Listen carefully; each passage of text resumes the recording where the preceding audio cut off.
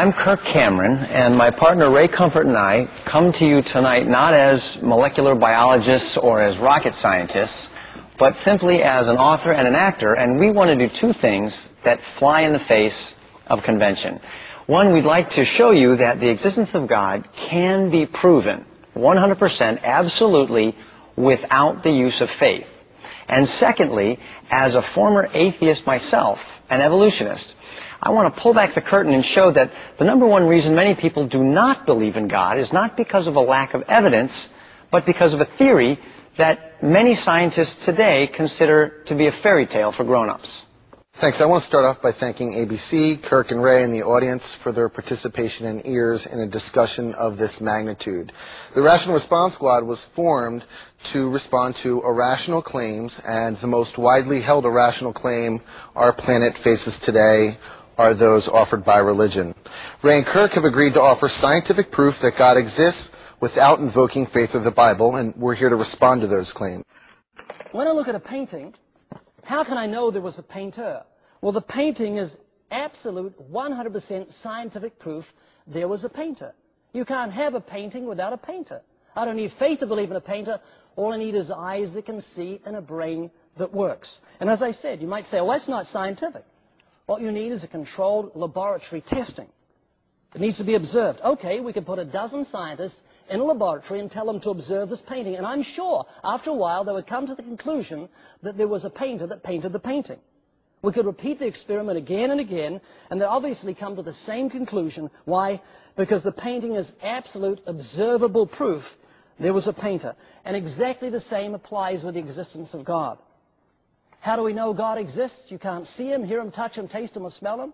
Well, creation is 100% scientific proof there was a creator. You cannot have a creation without a creator. You don't need faith to believe in a creator. All you need is eyes that can see and a brain that works. So here we go. We're going to look at some of the commandments, so get ready. Have you ever told a lie? Have you broken that commandment? I'm not talking about discretion. You know, when Grandma's 115 and she said, Grandma, you look just gorgeous. I'm not talking about discretion. I'm talking about a bold-faced lie. Have you ever lied? So if you've lied, what does it make you? It makes you a liar. Another commandment, you shall not steal. Have you ever stolen something? Irrespective of its value. If you've taken something that belongs to someone else, then you're a thief.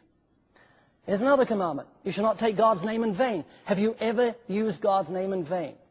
Have you ever used God's name as a cuss word to express disgust? Think about it. God gave you life, and you've taken his holy name and used it in what's called blasphemy, which is very serious. Here's the essence of what I'm saying. If you realize you need God's forgiveness and you seek his forgiveness through the gospel, God himself will reveal himself to you. That is the ultimate proof. I'm not here to tell you why I don't believe God exists. I'm here to tell you why I believe he failed at his premise to prove that God exists scientifically without invoking the Bible. Most of us know that 10 Commandments are in the Bible, so we probably should leave the building right now. The 10 Commandments were used wholly here as part of his proof. However, he brings up some points. He says that we see this building, we know there was a builder. We see a painting, we know there was a painter. He forgets that we can call the builder of this church. We can check New York City permit records. We can't call God to go visit his universe factory. We can call the painter. We can call the paint maker.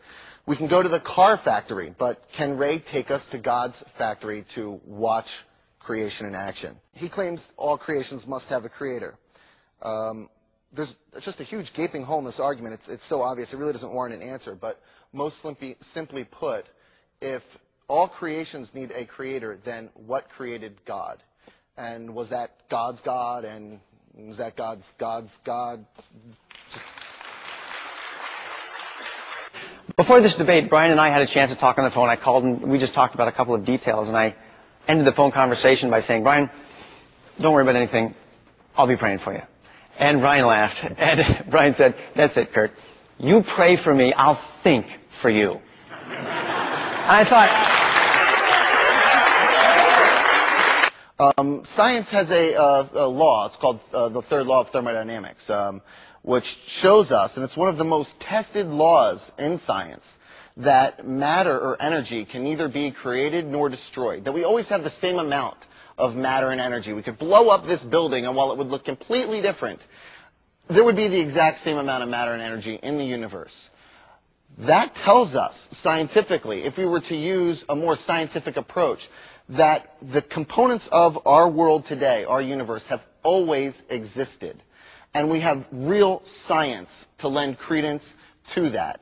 Knowing that, and knowing that the other side of the coin is to create something to explain it away. This is called, in logic terms, an argument from ignorance. Ray doesn't know what created the world, so he's made up a god to tell you that that is what's created the world. Knowing that we have these two options. One thing that we don't have any proof for, that we just make up, and another one that we have this scientific theory, this law actually, that's been tested over and over and over and has never been shown wrong. All signs point to the fact that the universe has just always existed and no God is needed to explain it. And if you're a philosophy buff, you would have heard of this term, Occam's razor.